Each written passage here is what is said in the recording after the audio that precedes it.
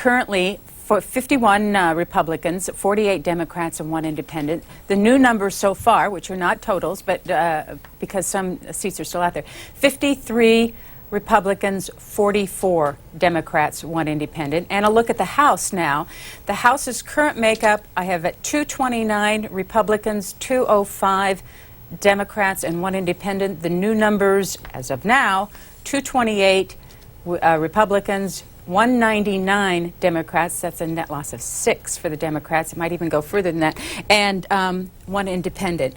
We have 2 people joining us to get into this. Greg Giroux is political reporter for Congressional Quarterly. Greg, beside taking away the obvious ones, what's the story of Congress in the election last night? Well, for the Senate, it was just a great night for Republicans. They swept the big 5 seats in the Southeast. All of them were open seats presently held by Democrats. They won all 5 of them, and then of course the night was capped by the very well publicized loss of Senate Minority Leader Tom Daschle, the first loss by a Senate leader in more than half a century.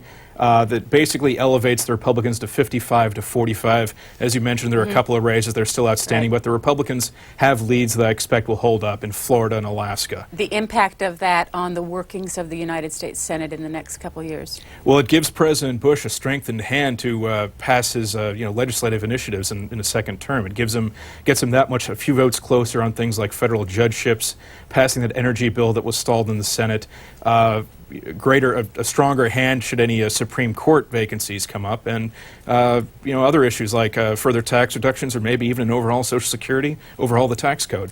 Chris Cillizza is a political reporter for Roll Call. You may remember he joined us earlier this week. Did you have any wrong predictions earlier this week that you need to do a mea culpa on? Luckily, that wasn't on tape, so no one can hold me to it. Sorry, it sure is. I think that we generally had a good sense on where things were going. The nice thing for reporters at this level, when you get this close to an election, is that you see the vast majority of the polls that you see are so close to being what the final result is. As we suspected, Texas was the real center in terms of the fight for control of the House. Democrats lost 4 incumbents in Texas last night. Max Sandlin, Charlie Stenholm, Martin Frost. It was a bad night for them. They had hoped to break even, maybe win a seat or 2 of those 5. They only won 1. So that's a lot of trouble. What we're looking at, if you go through all of the numbers, we're looking at a 2-seat Republican pickup in the House, R plus 2, when this all shakes out. As you rightly pointed out, we're still dealing with absentee ballots, we're still dealing with some late vote counts, but I talked to people on both sides of the aisle this morning before I came in, and they said this is going to be a Republican plus 2 pickup. We're going to be talking about Congress, the House, and the Senate, and that's the ticket that you need to get on in this hour. We're not going to be talking about the presidential race. We hope you will talk about your members of the House and members of the Senate. Phone numbers at the bottom of your screen, 202-737-0002. If you voted for Senator Kerry, 202-628-0205 if you voted for President Bush, and 202-628-0184 if you voted for any other. Let's start with the leadership in the Senate, if you would, besides what was obvious with Senator Daschle. Anybody else that's going to change?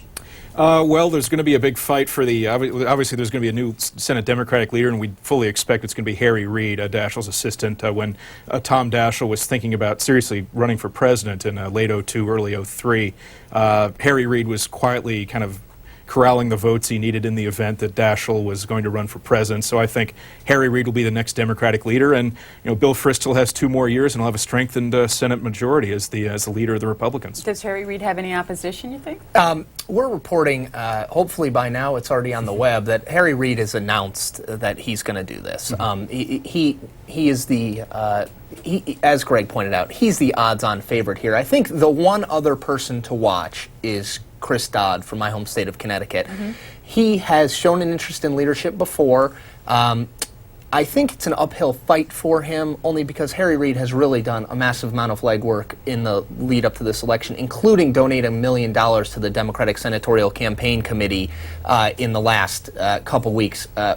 money certainly doesn't buy you the minority leader role, but it buys you a lot of goodwill among your colleagues who in those last couple weeks were looking for funds to run their races. So Reid is in, I think, the stronger position, but don't rule Dodd out, I guess, at this point. But Reid is certainly, as I just said, moving forward quickly. I believe that he's already spoken to Senator Daschle about the fact that he is going to announce that Senator Daschle is, acknowledging that he has lost. So now, we would tell you that the numbers that you just saw on your screen as Chris was talking were the senatorial numbers for both of those candidates. They were both up for re-election. They both won overwhelmingly, so that's not something that they have to worry about for another 6 years. And the one interesting point with Harry Reid is that Harry Reid in 1998 was in a race that was decided by 428 votes. He beat the then Congressman John Ensign by 428 votes in the closest election in 1998. Republicans were unable to find somebody this time, despite that close margin, were unable to find somebody this time to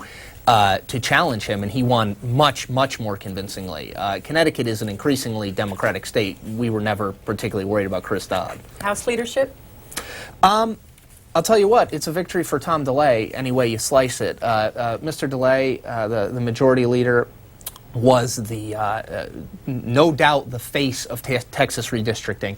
He put himself out. He got very involved in the Texas redistricting process, in which they went in, after recapturing the State House in 2002, they went in and redrew the lines in 2003 with their Republican majorities to elect Republicans. Republicans picked up 4 seats in Texas alone. That doesn't even count the fact that prior to last night, Jim Turner, a Democratic congressman, retired because he had no district to run in, and 2 other members, Democratic members, lost in primaries. So you're seeing a massive turnover in Texas, and so I think, if anything, this is going to firm up Republicans' loyalty to Tom DeLay as somebody who can deliver. Minority leadership in the House of Representatives, nobody lost. Nancy Pelosi, Steny Hoyer, Robert Menendez, Bob Matsui, all stay the same? Yeah, among the House leaders, I don't cover that very rigorously, but I don't see any sort of big change there. There's definitely going to be some soul searching, though, to figure out how to make more races more competitive. I think the big failure for Democrats running in the House campaign this year was that they didn't put that many seats in play. They just didn't have an opportunity to make substantial gains at all. Who's going to get the finger of blame for that? Well, I think that privately, House Democratic members knew that this was coming. I know publicly, Minority Leader Nancy Pelosi, Democratic Congressional Campaign Committee Chairman Bob Matsui said, we can win back the majority. Well, John Kerry can win Ohio, but he's not going to. So it's statistically possible, but if you look at the actual numbers, it was almost impossible. I think that while Pelosi and Matsui will certainly bear some of the responsibility for this, most people saw this cycle as a long shot in terms of them taking back the House. I think most people see this as a 4 to 6 year plan. I don't anticipate anyone challenging Nancy Pelosi because they lost 2 seats. Let's go to Philadelphia first. Hello. Hello. How you doing? Just fine. You're on the air, sir. Go ahead, please. Yes, I'm I guess I would have been described in the 80s as a Reagan Democrat, and I would say today I probably put myself in the Republican Party without any apology. For example, here we had a congressional seat just north of Philadelphia, Bucks County, and the Democratic Party decided to make abortion the #1 issue, where they were going to defeat the Republican candidate, who was a fellow by the name of Fitzpatrick, who ran on a very strong pro-life plank. And Ms. Schrader was handily defeated. My only suggestion to the Democratic Party, being a former Democrat and somebody who worked very hard for the great Governor Bob Casey in Pennsylvania, is that they have moved so far to the radical agenda of the social engineers and the abortion industry, the gay marriage issues. They are attacking the fundamental cores of Western civilization, and they're no longer going to be a majority party. People like myself are leaving, and we're not coming back. Thanks, caller. He was talking about the 13th district in Pennsylvania. That was a 12-point division. Yeah, there were a number of races in Pennsylvania, in that southeastern Pennsylvania area, Philadelphia, that were very close. The 13th district was where Joe Huffle was leaving. He ran for the Senate in a race that never really got started against Arlen Specter, where Mr. Specter won pretty comfortably. The race to replace Mr. Huffle was good news, actually, for Democrats. State Senator Allison Schwartz did win. She beat ophthalmologist Melissa Brown, who had run in 2002 against Huffle and done pretty well, but I think learned the wrong lessons. Huffle didn't do as much as he could have done in that race, so Brown came a little bit closer maybe than the district would lead you to believe. The other race in this area in Bucks County that the caller was talking about is an open seat where Jim Greenwood, one of the more moderate Republicans in the House, is leaving. He left very late in the process after filing had already closed, excuse me, after the primary had already ended. And what happened is Mike Fitzpatrick stepped in, conservative, choice of Rick Santorum, who is a growing power in Pennsylvania and nationwide. Democrats had this woman, Virginia Schrader, as the caller mentioned, who, this was not a race they were targeting. She was running against Mr. Greenwood, but not a race that they were targeting. By the time everything sorted out, they decided that they were going to stick with Ms. Schrader, despite the fact that they kept the possibility open that they were going to try and recruit someone else in now that it was an open seat. Democrats were hoping, as the caller referenced, Democrats were hoping that this race would be decided on the abortion issue. These are suburban Philadelphia voters who have supported Mr. Greenwood, who is pro-choice. It didn't work out that way. Whether or not abortion was an issue, I'm not sure, but Mr. Fitzpatrick won pretty comfortably. When you go back into the Texas races and the members who lost, some of them having been there such a long time, Charlie Stenholm, Martin Frost, is that going to have an impact on some of the issues? Like Mr. Frost had been on Rules Committee, Charlie Stenholm had been on Agriculture, I think, for a long time. Well, I think with the case with Stenholm and also Max Sandlin, who lost by more than 20 percentage points, you're starting to see, and coupled with a lot of the retirements you saw outside of Texas, like Ken Lucas in Kentucky, Brad Carson running for the Senate, you're starting to see a continued winnowing of a lot of the moderates, especially on the Democratic side. I think you're starting to see a House and even to some extent a Senate that's more where the Republicans are conservative and the Democrats are liberal. We definitely saw a winnowing of a lot of moderates in the House in Tuesday's election. Speaker of the House, Dennis Hastert, won 68% of the vote yesterday. Next call is from Chicago. Good morning. Good morning.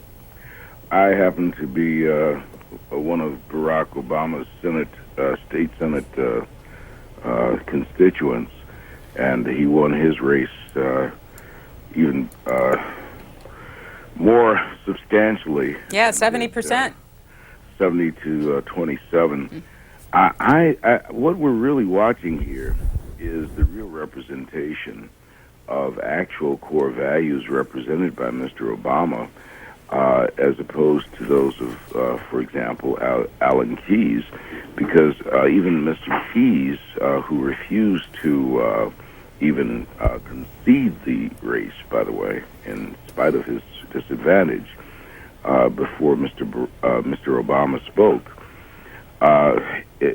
cannot acknowledge that he has been, in fact, thoroughly rejected by the constituency here in a core Middle America, Middle West state, the state of Illinois. And I think there's a misreflection. I'm a computer programmer, and I can tell you with some insight that some of the numbers you're looking at are, let us say, apocryphal. Thanks, Chicago. A Senate with Barack Obama. That's right, and one of the very few bright spots for Democrats in the Senate election. There was no suspense here. The only suspense was how much Barack Obama was going to win by. We wound up winning by 43 percentage points. When you combine one of the best candidate recruitment stories in the Senate election with one of the worst, you get to Illinois. Just a big struggle for Republicans. Barack Obama had star quality ever since that keynote speech at the Democratic Convention, but one of only two. Illinois was one of only two seats where the Democrats took a seat from the Republicans, the other one being Colorado, whereas the Republicans took 6 seats away from the Democrats. So Illinois was a rare victory for Senate Democratic candidates. And one quick note on Barack Obama, as Greg rightly pointed out, the margin was all that's in doubt. If you had any doubt about Barack Obama being elected, the fact that he was in Kentucky campaigning for a Democratic candidate, Dan Mangiardo, 2 days before his own election, that seems to provide sort of evidence that they were pretty comfortable that he was going to win. Rising Sun, Maryland. Hi, my name is Sharon. My question is for Ohio. I know we haven't called Ohio because it's a difference of 135,000 votes, but yet in Pennsylvania the difference is about the same. Do we know how many provisional ballots are in Pennsylvania that haven't been counted? Caller, that is a presidential issue. We will see if our guests know anything about that. But really, we're trying to stick to congressional. Can you help I her? think the reason that you see Ohio not called yet and Pennsylvania called is because the networks are looking at demographics in each of these states, and what they see in Ohio is that there are enough provisional ballots from certain areas, from Democratic areas, that they're willing, that they want to hold off. And this is also, again, a reflection of 2000, when we saw the networks burned by calling Florida too early. They're going to wait a lot longer than maybe they even need to at this point in order to wait and call it. Pennsylvania, obviously what they are looking at in terms of the demographics of the state tell them that no matter what happens on a provisional ballot or absentee or anything like that, that John Kerry will have carried that state. The same is not true in Ohio. Speaking of Ohio, we haven't talked about George Voinovich. He's coming back to the United States Senate. Yeah, that's right. One of the many safe races on the Senate ballots this year. I think he probably won by about 30 percentage points or more. I'm not sure. I'm going to look here. Go ahead. Long time political fixture in Ohio politics. Former Cleveland mayor, former governor, and he had a legitimate Democratic opponent, Eric Fingerhead. He used to serve in the Congress, but certainly he was overmatched, underfunded to take on a political titan like George Voinovich. You were close, 28%, 64% to 36% for Mr. Voinovich. West Palm Beach, Florida. Carrie's supporter, good morning. Good morning.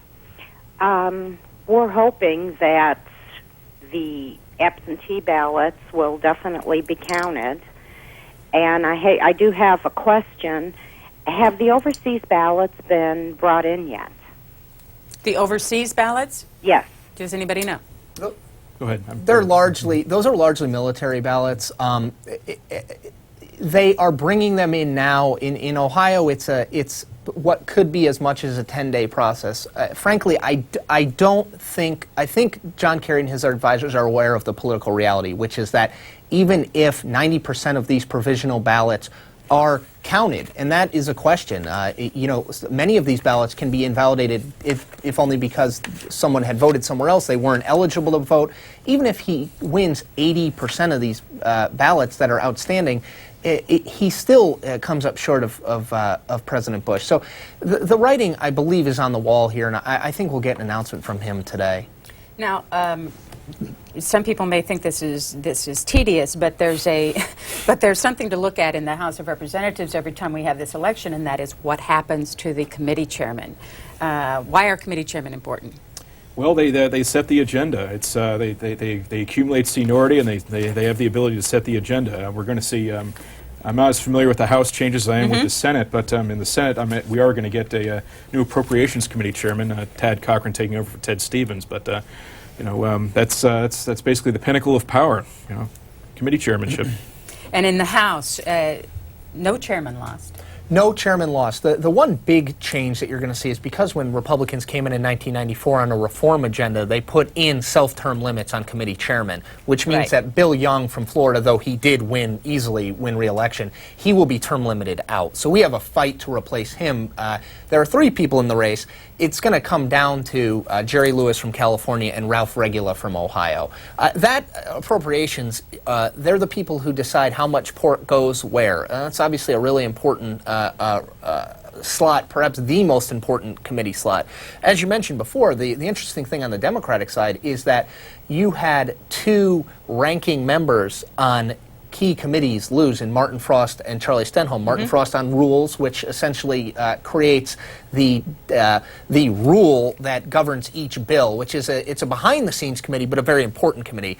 And on the Agriculture Committee, obviously voters in West Texas, where Charlie Stenholm was running for re-election, rejected his argument that his seat in an ag-friendly district, his seat on the Ag Committee was crucial.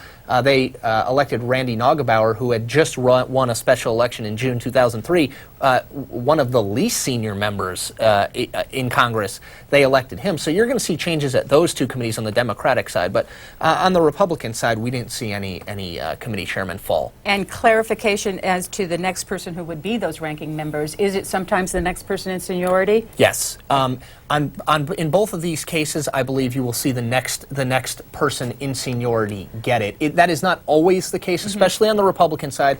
We saw in 2002, Tom Davis, who had chaired the National Republican Congressional Campaign Committee for 2 cycles, he got a slot on the Government Reform Committee chairman, a spot that he very much coveted, even though he was 7th ranking member among Republicans. So seniority is the guiding light most of the time, unless there is a particular reason that a certain member who is next in line isn't going to get it. So I'm using my cheat sheet here. The Agriculture Committee would be Colin Peterson Correct. of Minnesota, and I think I wrote down earlier, Louise Slaughter would On be rules. on rules. That's correct. Let's go next to Roanoke Rapids, North Carolina. Go ahead, caller. Good morning. Morning. First of all, I'd like to say that I really enjoy the Washington Journal, and I feel like from all the networks, you guys are the most unbiased in your presentation of what's happening on the political scene. And my comment was the Senate and the Congress race, when we look at the map that you guys have been showing as far as how the country has voted in the presidential election, and showing the majority of the country is in red. And I feel like that's being reflected also in the other elections. It's the voice of the people saying these are the issues that we feel are the most important. And the Republican Party is the party that is representing the majority of what the people of America want. North Carolina, I'm going to ask you a question that I asked one of your state mates earlier today when he called in, and that is, how does this happen? That a state like North Carolina goes 56% for President Bush, 52% for Republican Richard Burr. Richard Burr. Yep. Richard Burr, and then turns around and gives 55% to a Democrat in the governor's seat, Mr. Easley. I don't know. I think Mr. Easley's a good man. I didn't vote for him personally, but I just feel like he had a lot of confidence because he has done economically had made some strong choices and took some strong stances as far as economic problems North Carolina was facing. So I feel like probably people wanted to give him a chance to finish what he had started. Okay, thanks. How does this happen? What do you think? Well, with the Democratic governor getting reelected, the governor's races are a little bit different. It's not really an apples-to-apples comparison to the federal races. There's a different issue matrix at work here. The governor's in charge of budgetary issues, and Easley was operating from a position of strength as an incumbent. You had, obviously, President Bush with 56%, and certainly that was a boost to Richard Burr, as you mentioned, one with 52% of the vote. One thing I would mention about the caller talking about just all these areas in red, his area of the South, I was just running some numbers, and if you take the 13 southern states in the United States and 26 Senate seats there, after today's results, you have 22 out of 26 Senate seats in those 13 southern states held by Republicans. 25 years ago, it was 19-7 Democratic. So we're starting to see the Republicans solidifying their hold in the Southeast. How many years ago was that? 25 years ago. So 25 years took to make that change. Right. It's basically, among those 26 Senate seats, the Republicans in 25 years have netted 15 seats in that region of the country alone. And another point, and Greg brought this up earlier, and I think it's an important point when you're looking at Bush winning the state, Burr winning the state, and Easley winning the state. Candidate recruitment still does matter. Richard Burr started off slowly, but what he did well was he raised a massive amount of money that he held until the end and used to make sure everyone knew that Erskine Bowles, his opponent, the Democrat, had been Bill Clinton's chief of staff. Bill Clinton is not a particularly popular figure in North Carolina, and that mattered. In the governor's race, I think what you saw is Patrick Ballantyne, the Republican nominee, was just not that strong. He was just not that strong a candidate. I do believe that Mike Easley, if Republicans had recruited a very strong candidate, could have been in some trouble given these numbers. I mean, clearly people were very comfortable voting for Republicans on the presidential and the Senate level, but when the other candidate running for governor is not as well financed or doesn't have the sort of candidate skills, then they're going to go with who they know. They're going to go with the incumbent, as Greg said. So candidate recruitment does matter. Despite all the money that's spent and all the media and the coverage, who the candidate is and how they connect with people still matters. Is this the Mike Easley that was in Congress? No. No, No. it's not. Thank you for that clarification. Hazard, Kentucky. Go ahead. Hazard, Kentucky. Oh, Good morning, Kentucky. good morning. I'm calling from Hazard, Kentucky, hometown of Dan Mangiardo, who nearly upset incumbent Senator Jim Bunning. I wanted to make some comments, just my feelings and observations. I feel like that Daniel, well, of course, I think he's a fine young man. I feel like he ran a positive and upbeat campaign. I feel like that just like Senator Obama, of course, Senator Obama had a lot more people behind him in Illinois, but I feel like that Dr. Dan Mangiardo, we're just very proud of him here in Hazard, the campaign that he ran, and I feel like that positive, upbeat campaigning pays dividends regardless of your party. And I know I realize you have to point out differences, like between Senator Kerry and President Bush, but a lot of negative campaigning just seems to backfire and blow up in your face. And I feel like that may have been what happened to Senator Kerry. Even though I was for Senator Kerry, and I really don't understand the fascination with failure, which is my little statement regarding. Thank you. Thanks very much. Mr. Bunning comes back to the United States Senate. What does he bring any baggage with him after this election? Jim Bunning is becoming the master of the close win. In 1998, when he won the open seat, it was by 6,700 votes. He won 51-49 with a much wider 20,000 or so vote margin this time. He doesn't leave all that much room for error. I think Greg can probably better address this, but I do think Jim Bunning this is a near-death political experience for Jim Bunning. There's no question about it. Yeah, Bunning's political history is very interesting. As Chris mentioned, winning the second closest race in 1988. Harry Reid had the closest, and I think it was probably over 2 years ago, Bunning was expected to have this battle of the titans between himself and Democratic Governor Paul Patton, who a couple years ago was a dominant political figure, two-term governor, and then he withdrew from the race because of some personal problems, and Bunning looked like unstoppable for a moment. And Dan Mangiardo, this is a race that really closed late, only in the last 2 or 3 weeks, and Mangiardo really struggled for most of the campaign to raise the money. He got an injection of funds late in the race, but too little too late.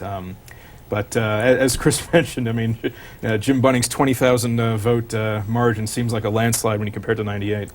Go ahead. One other quick thing to note about Kentucky is Jim Bunning clearly has George Bush to thank this morning.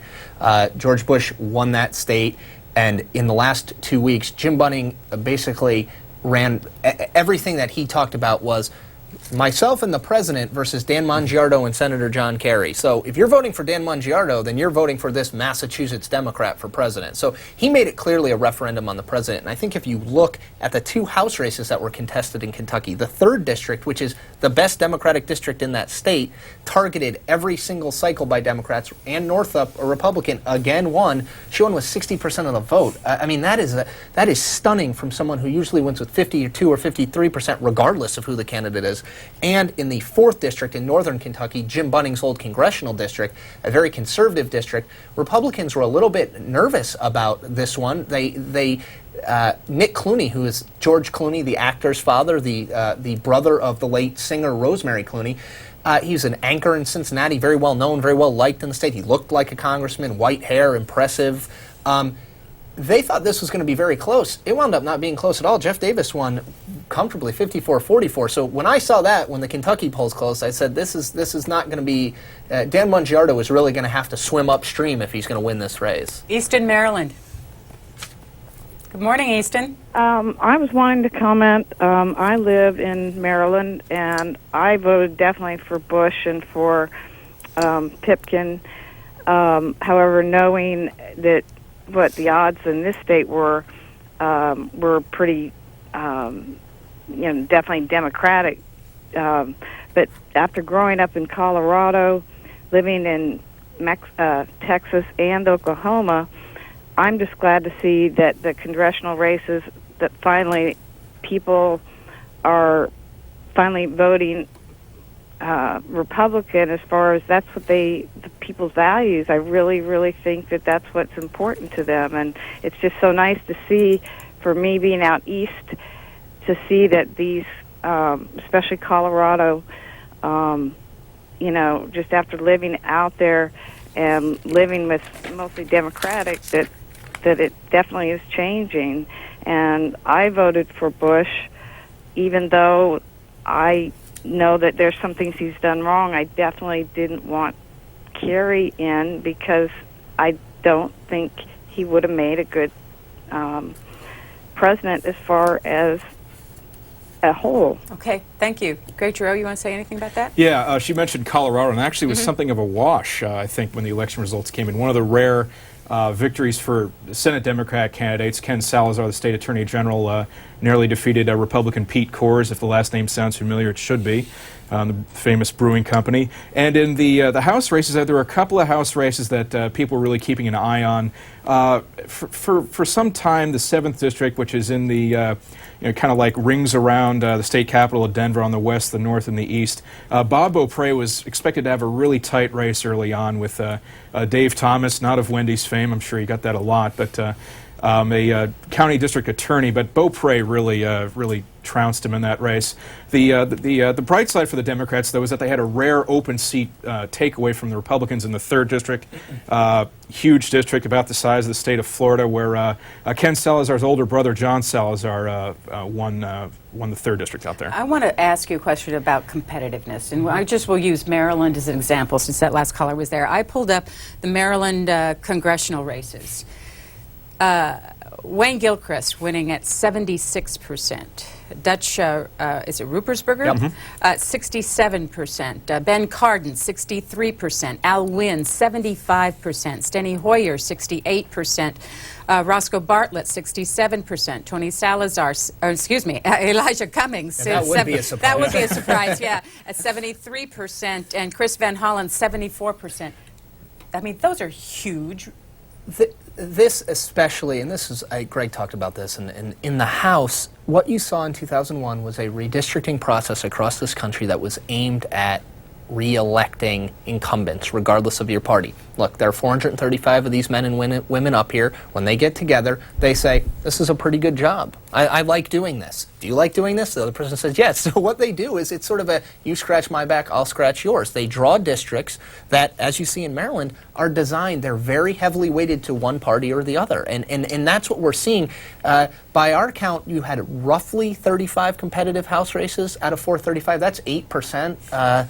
92% of these races were in the 60-plus range. So, Taking that one step further, you were talking about the race for the House Appropriations Chairman. I think it was your publication that wrote a piece about how much money from different members of Congress had taken out of their own congressional campaigns and given to those members who are up for that chairmanship. How can they do that? When you're in the 92% of House incumbents who are not facing a serious race, the leaders of the party, especially the people at the campaign committees, the Republican Congressional Committee and the Democratic Congressional Committee, come to you and say, look, we drew this district for you so that you were going to get elected easily. You have $1 million in the bank. You're going to win with 70% of the vote. We need 500,000 of that to go to the NRCC, the National Republican Congressional Committee, so that we can spend it on these other 35 races.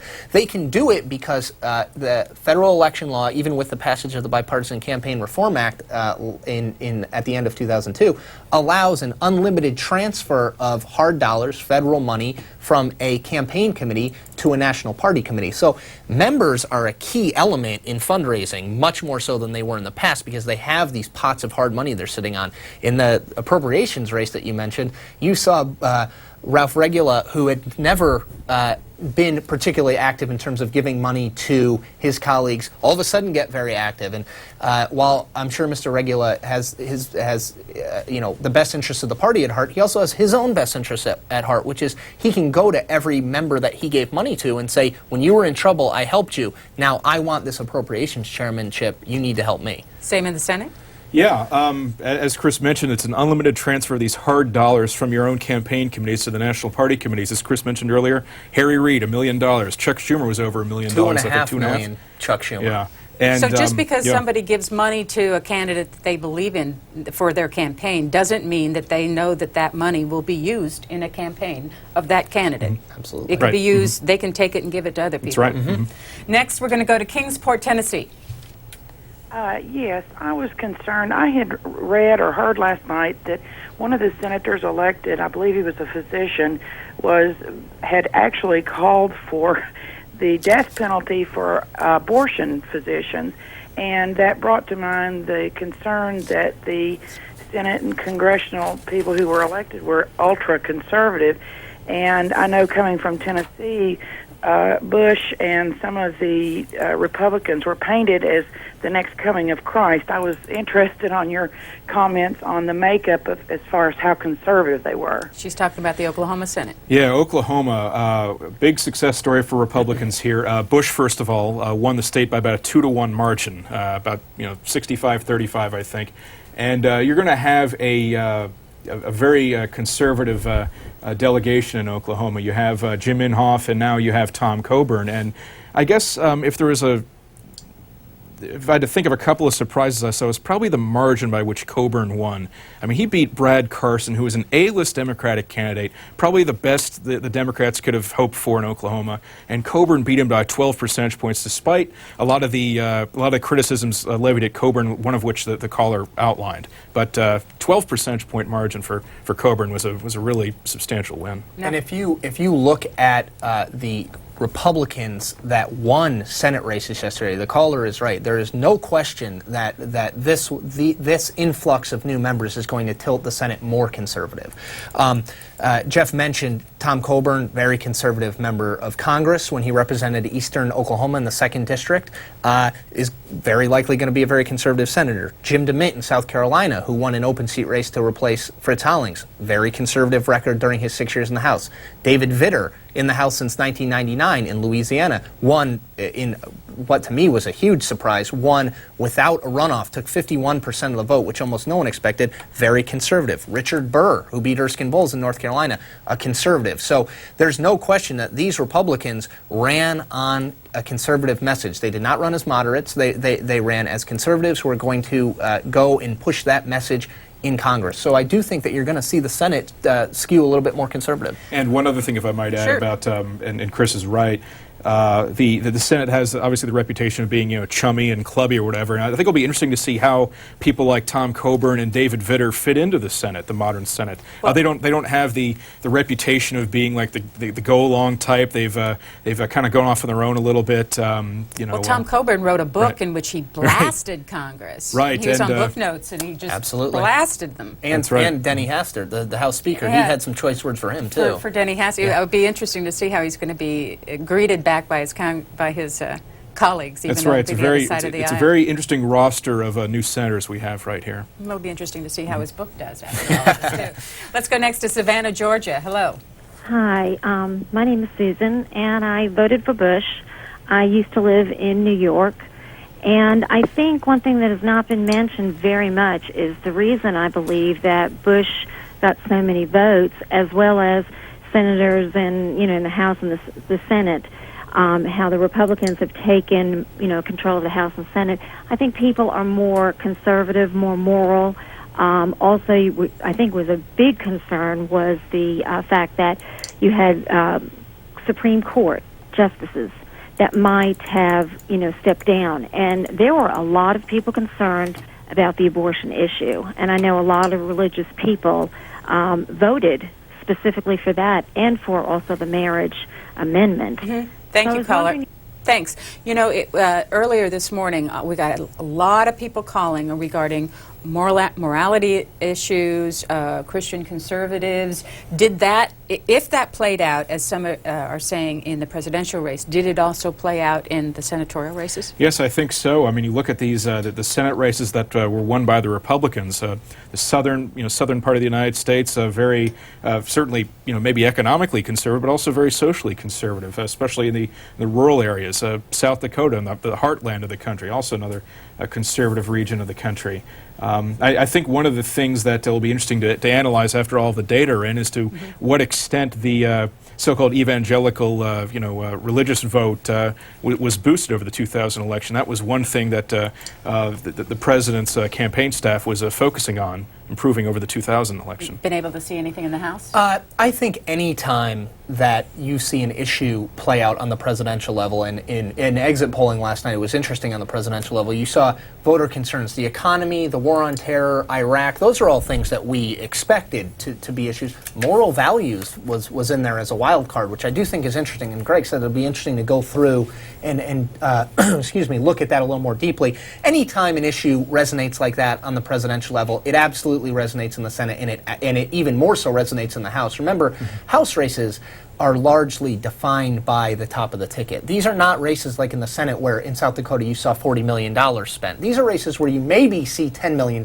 at the absolute most. Now, that's a lot of money to me. I would love to have $1 million, but these races generally, because the amount of money isn't spent on them, sometimes the candidates are not as well known. A lot of people will go in and say, I'm for President Bush, I'm for Richard Burr, I'm for Robin Hayes, a congressman in the 8th Congressional District who has been targeted before. So there's inevitably a trickle-down effect. Okay, then explain what happened to Phil Crane.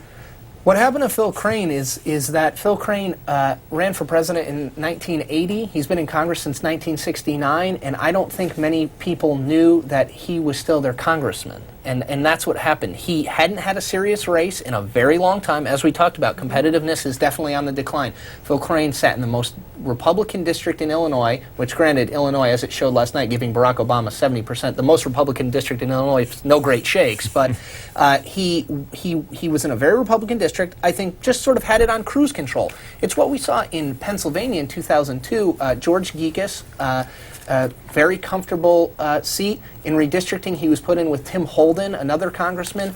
The seat was clearly favored Gekas. Holden was more active on the campaign trail. Holden's campaign apparatus had been run out several times before George Gekas's, and he never caught up. Same thing happened with Phil Crane.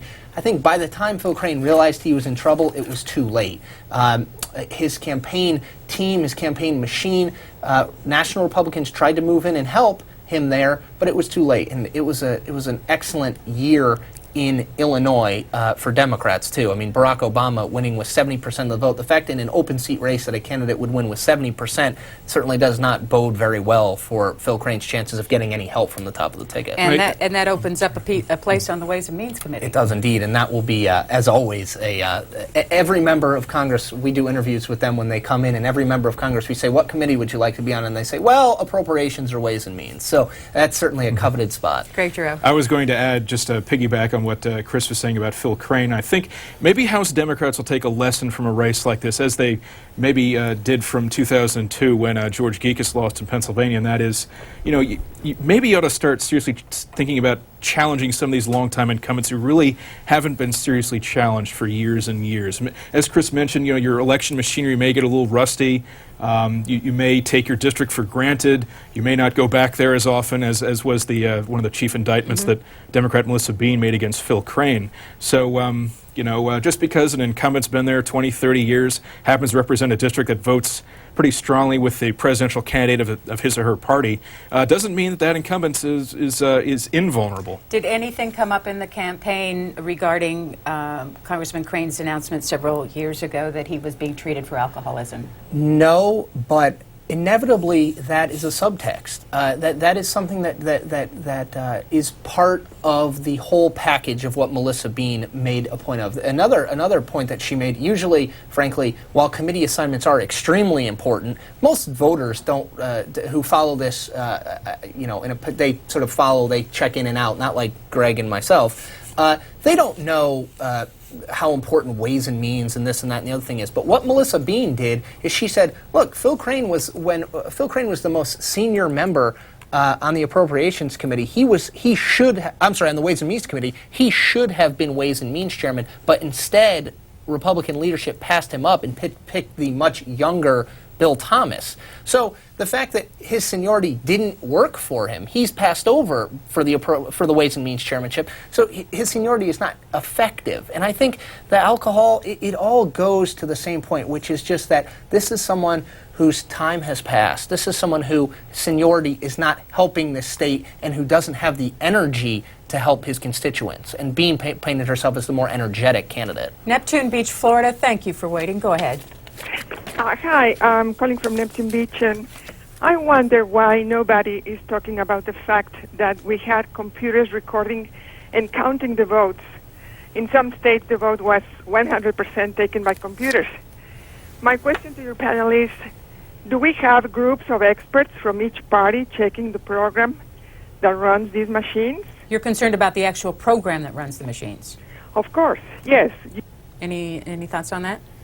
Oh, not really. I'm not too familiar with the mechanics of the elections in that sense. But I think in state law you'll find that they're pretty adequate safeguards, I would imagine. And the other thing is, rest assured that that both the Kerry and the Bush campaign had plenty of people making sure that every vote that was cast for their candidate was counted for their candidate. So if anybody's concerned about their computers, they should know that somebody who's on their side was watching. Absolutely. After 2000, there was a clear focus that we are going to make sure that when a vote was cast for John Kerry, it registered as a vote for John Kerry. When a vote was cast for George Bush, it registered that way. I mean, I think more than any election before, because of 2000, you are seeing the most accurate reflection in terms of the people's will being done.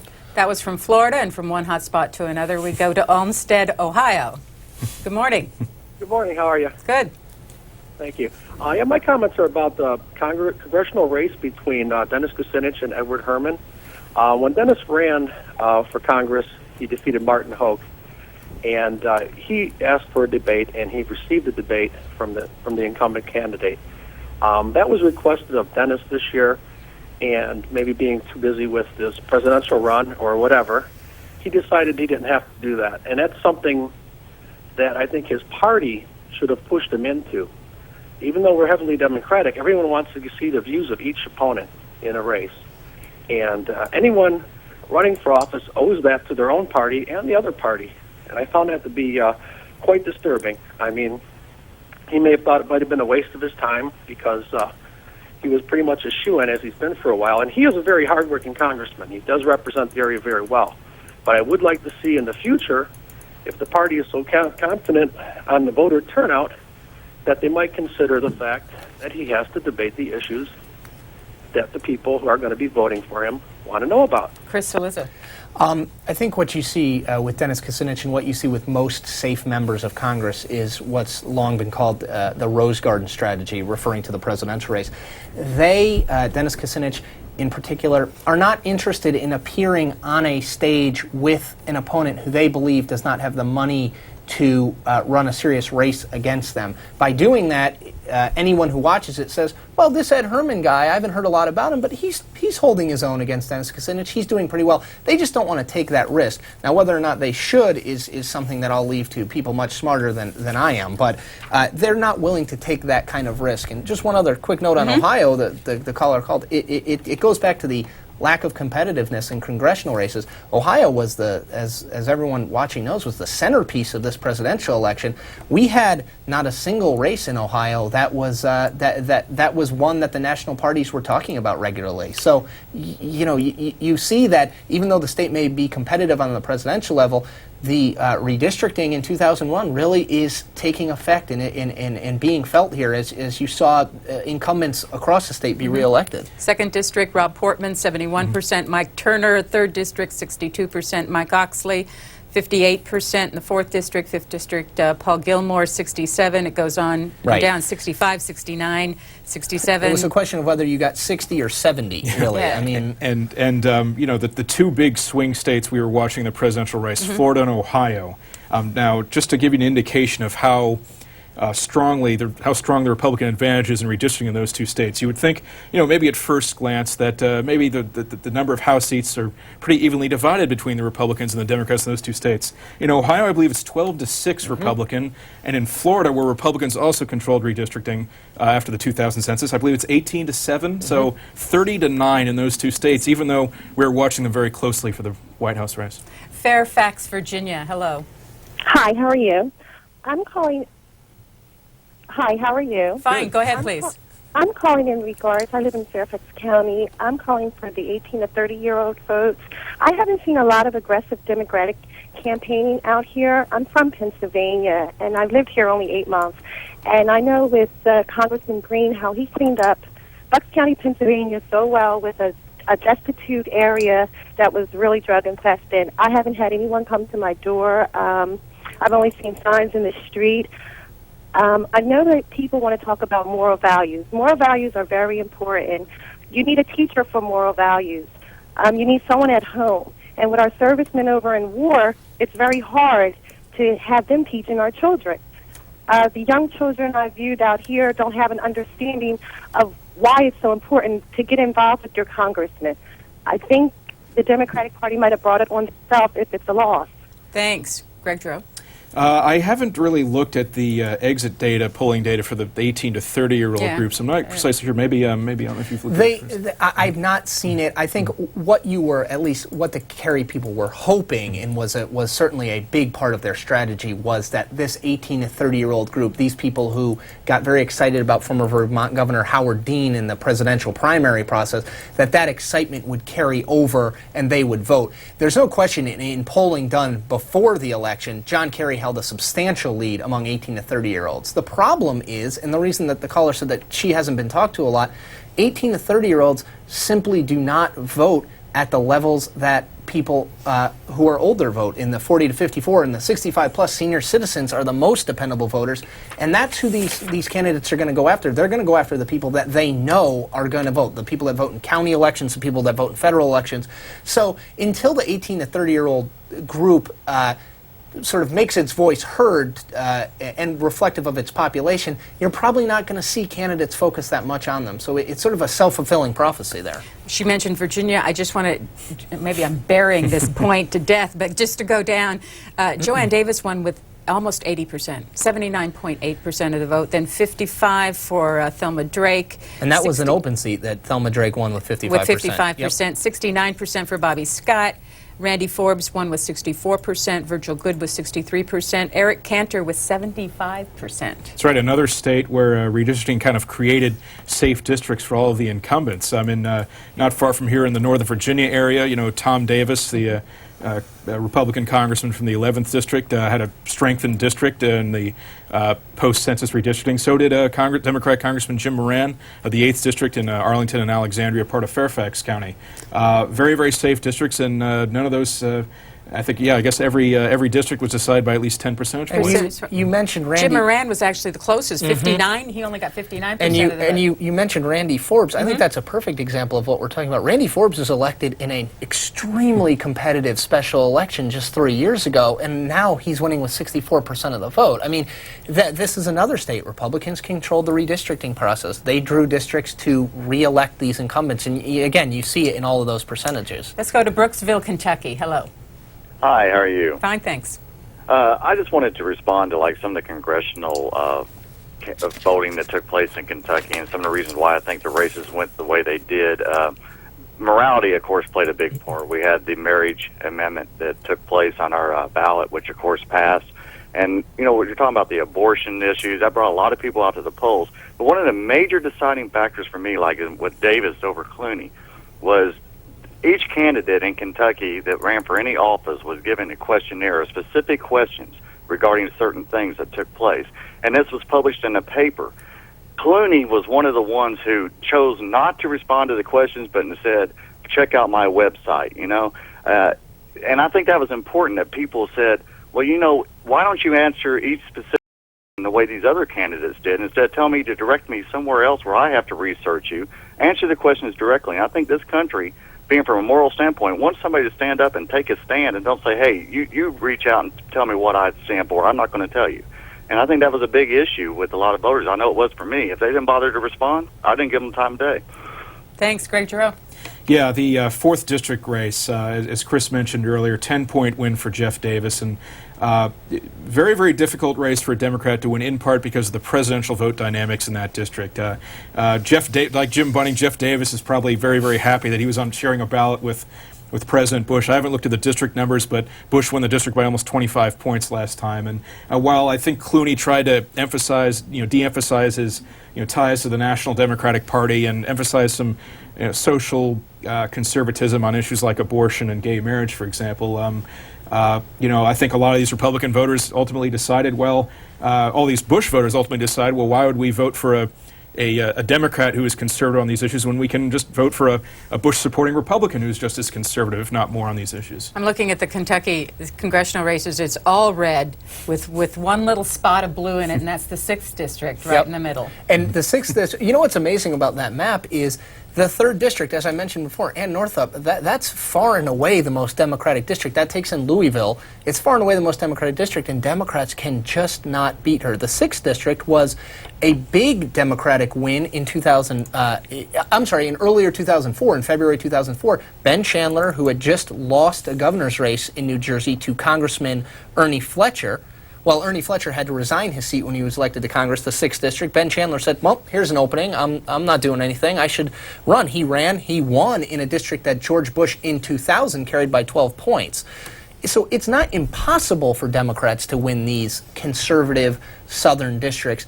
But as a caller referenced, and as Jeff makes a good point, Greg makes a good point, it's just much more difficult because Republicans can just come out and say, this is what I think. And 9 times out of 10, that's in alignment with the majority of voters in the district. Democrats have to pick and choose where they're going to try and say, I agree with you on this, and de-emphasize almost everything else. So it's a difficult balance. Juneau, Alaska, hello. Hello. Yes, I'm nonpartisan, and in the last 50 years, I've voted here, there, and yonder on all, each different parties and so forth. I think there are some issues that you haven't discussed that were important to me in this election. One of them, Tom Daschle, I think, has lost seats for other senators simply because of his leadership of the minority group in the Senate when he filibustered in committees. He wouldn't allow things to go clear up to the floor and did commit. If I remember correctly, that's the first filibusters that have ever been done in committees. When you look at that, you think, if both parties did this, we could be locked up and never get anything done for the next 100 years. Other things that concerned me were the United Nations, which has stepped far beyond its obligations or what its charter allows it to do, and is aiming more and more at a one world where they take away sovereignty from each and every country. Those things are, that is not what the United Nations was charged with. The Supreme Court decisions that have been made when they've come out and justified their decisions in the last few months or years, saying, well, we based partly this on ideas from Europe, or would take in world considerations. That's not what the Supreme Court is charged to do. Alaska, thank you. Can I ask you who you voted for in the Senate race? Yes, I voted for Murkowski. Okay, thanks very much. Yeah, voted with the winning side there, it appears. Last time I checked, it was about a 4 percentage point 49-45 victory there for Lisa Murkowski, and she was seen as along with Tom Daschle as among the two most vulnerable incumbents on the Senate ballot. But it looks like she held on against a very substantial Democratic foe in former Governor Tony Knowles, who won twice statewide there, and actually in some of the polls the last few weeks was running even if not a little bit ahead of the incumbent there. I was struck by the fact that she mentioned the filibusters. And I know that one of the big arguments that George Allen, the senator from Virginia, the chairman of the National Republican Senatorial Committee, was making was he was basically, one of his chief arguments was, well, you need an augmented Republican majority to kind of like break these Democratic deadlocks on issues like energy and federal judgeships and taxes for other reasons. And I think that I don't know that I don't know how many voters really respond to Senate internal Senate dynamics like that. But I think ultimately the Senate candidates, Republican Senate candidates, benefited greatly from sharing a ballot with President Bush. Lisa Murkowski being one of them. And I think the the other point, if there is a state where voters followed and made up some of their minds about internal Senate politics, it was South Dakota, as the caller mentioned. What Republicans did is present Tom Daschle as the chief obstructionist, the person that is blocking Republican President Bush's and other Republican priorities in the Senate. That message really works in a state where the president, he won, I believe, 60% in 2000. I think he won 59% this time. That's a message that really resonates. And I would be very surprised if you didn't see George Allen and some other folks today come out, senators, Republican senators, come out and say, the American people, at least in South Dakota, were sending a very clear message. They don't want obstructionism. Tom Daschle lost. He's the first leader to lose since 1952 in the Senate. This is a message. Democrats need to work with us, not oppose us. I would be shocked if they didn't come out and make that point. And in fairness to the caller, United Nations, does it come up? Is it an issue? Does anybody care? Well, people... I think it's part of a huge issue matrix, as the caller mentioned. It mattered to her. I'm sure it matters to other people in this country. It is not the defining issue of a campaign in the way that the war in Iraq or terrorism or the economy or, as we're seeing, moral values is, but it's certainly a concern that people take into account. We are supposedly waiting for a news conference that might be happening in Boston fairly soon, but it has not started yet. So as you can see there on your screen, an empty podium. So we will just wait. This is the Carrie Edwards Campaign News Conference. We'll try to find out who's expected to speak there. We're going to continue taking a look at the congressional races with our guest in Belleville, Michigan. Go ahead. Belleville is gone. Let's try Beaumont, Texas. Hello, Beaumont. Good morning. How are you? Fine, thanks. I'm in the congressional district for Ted Poe, a judge in Houston who won over Lampin, and there are two really main reasons I voted and got out to vote for Mr. Poe. And I went to one of his rallies, and he explained to me afterwards had the devastating news about North Korea. Mr. Poe had stated that in 1994, the Clinton administration had given North Korea 2 light water nuclear reactors. Then that fully armed North Korea with nuclear weapons is what he said. And then, of course, on September 12th, just 7 weeks ago, Madeleine Albright was on Meet the Press, which backed up what Ted Poe said.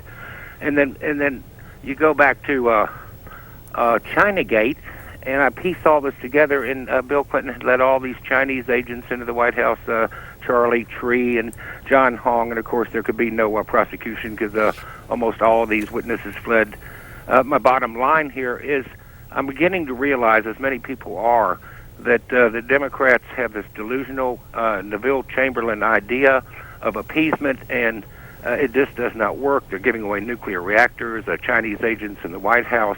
I can never vote for Democrats again, and I did in about 1980, but never again.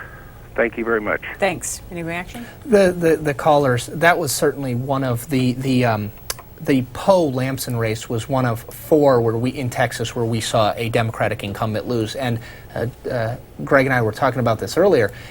We didn't just see them lose; we saw them lose substantially. 55-42. Right. When you see an incumbent lose by 13% of the vote, that's a huge margin given how incumbent-friendly voters are. What you had in that district, and the caller talked about it, is it was redrawn by Mr. DeLay to elect a Republican. It included Harris County, the southern part of Harris County, which is the Houston suburbs. It's a very, very Republican area where Ted Poe, who is a district judge who's drawn a very high-profile judge who's with his sentencing. He sort of has some high-profile sentences, making a man convicted of manslaughter in a drunk driving incident carry around the picture of the woman that he killed in his wallet, things like that. So he had a very high profile and had a base in the right part of the district. The caller was calling from Beaumont, which is Nick Lampson's base, actually, in Jefferson County.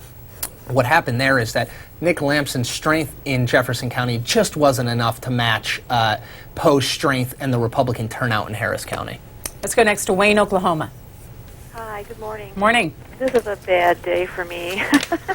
I was so hoping that Senator Kerry would win, and I'm even more disappointed, I think, in the election of Tom Coburn here in Oklahoma. This man is totally scary. Why is he scary, caller? Oh my gosh, he makes a radical fundamentalist person look liberal. This man is really scary. He has voted against everything. He voted against aid for the people who were devastated in the big tornadoes that came through a few years ago. He's voted against Meals on Wheels for elderly. He's voted against the senior citizen centers. He's voted against everything. And it's very scary, and I'm very disappointed in the people in our state for electing him. My husband and I are at the point where we're actually discussing selling our home and moving to a blue state because we feel so oppressed here. And yes, we are Christians, and yes, we go to church. And I am very tired of being demonized by the Republican Party and categorized as, if you're not a Republican, you can't possibly be a good person. You can't possibly be pro-life. You can't possibly be anything. Thanks, Greg Giroux. Yeah, Tom Coburn's victory, as I mentioned a little earlier, was one of the most decisive victories for Senate Republican candidates in this election, a 12 percentage point margin. And the difficulty, despite Brad Carson's considerable strengths and very well spoken, conservative Democrat, Rhodes Scholar, and the like, with President Bush winning that state by about 30 percentage points, roughly 65-35, Brad Carson would had to have run 15 percentage points ahead of John Kerry in that state to pull the 50-50. That's probably a couple 100,000 votes right there. Very tall order for any Democrat. What kind of doctor is he? Coburn is a obstetrician. That's right. That's right. So he's. Is he the doctor who used to go home and deliver babies yes, on weekends? Absolutely. That's right. And he had a few years ago. He had a little, big spat with the ethics committee over how much, over to the extent to which he could keep any sort of a medical practice while he was serving in Congress. One other point about Tom Coburn, the caller referenced. Tom Coburn made enough in politics statements that would doom almost any other candidate. What I will say about Tom Coburn is, and he showed this he was elected in 1994, he self-term limited himself and left in 2000. He held the most Democratic district in Oklahoma, the Eastern 2nd District that Brad Carson then went on to win when Tom Coburn left.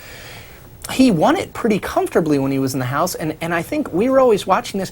I think that people in Oklahoma say, that's just Tom Coburn being Tom Coburn. He speaks his mind. And I think that, along with, as Greg pointed out, a huge Bush win, trumped their concerns about some of the things he said. He's sort of an anti-politician in that he says things and he said, yeah, I think that.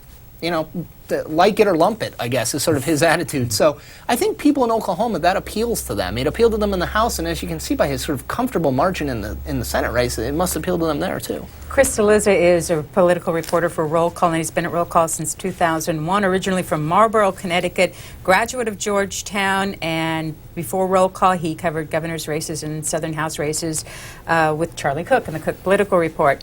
And Greg Giroux is in his 4th election cycle as a political reporter for Congressional Quarterly. He covered this year's elections, Senate elections, among other topics.